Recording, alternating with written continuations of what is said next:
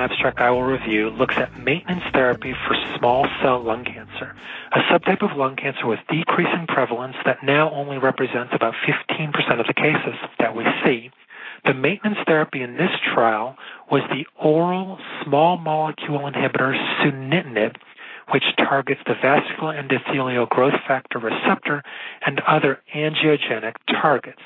In this study, which was presented by Dr. Reddy from the CALGB, patients with extensive stage or metastatic small cell lung cancer received 4 to 6 cycles of first-line therapy with a platinum, either cisplatin or carboplatin, and etoposide chemotherapy.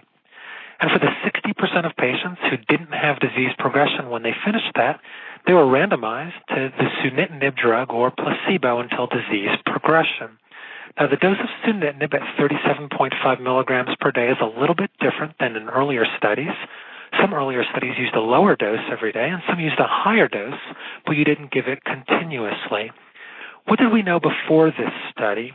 Well, studies of maintenance therapy with conventional chemotherapy or anti-angiogenic drugs for small cell lung cancer have showed a benefit for progression-free survival, but not overall survival.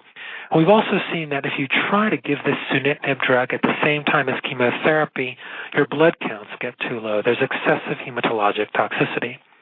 So in this study, maintenance sunitinib was associated with an increase in progression-free survival, a median of 3.7 months versus 2.3 months, which was statistically significant with a p-value of 0.03, and you can see that here with a nice separation of the curves. Now, there also looks to be a numeric benefit in overall survival as well, median 8.9 months versus 6.8. This is not significant with a p-value of 0.2. So what can we conclude from this final abstract? Well, sunitinib maintenance after platinum etoposide chemotherapy for extensive stage small cell improves progression-free survival. There was a trend toward improving overall survival, even though there was a crossover, but it didn't reach statistical significance. I didn't go over toxicities, but they were not negligible. About 45% of the patients in the sunitinib arm had grades 3 to 4 toxicity, predominantly lab results, blood tests, versus 20% in the placebo arm.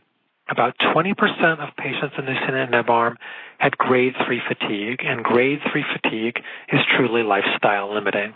I believe a phase 3 confirmatory trial is planned.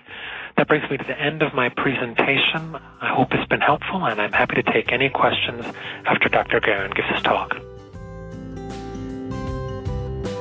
Thanks for listening. If you like and learn from our GRACEcast, you can subscribe on iTunes by just searching for the term Cancer Grace, find podcasts in the subject you want, pick a format of audio or video, and then just click subscribe. It's that easy.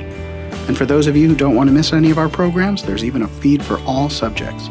You can also find us on YouTube at Grace for Cancer Info, and that's the number 4 in one word, Grace for Cancer Info. Finally, if you haven't been there yet, please check out our Grace website at www.cancergrace.org. And don't forget that donate button in the upper right. Our content, which helps tens of thousands of cancer patients around the world every month, is made possible by your support.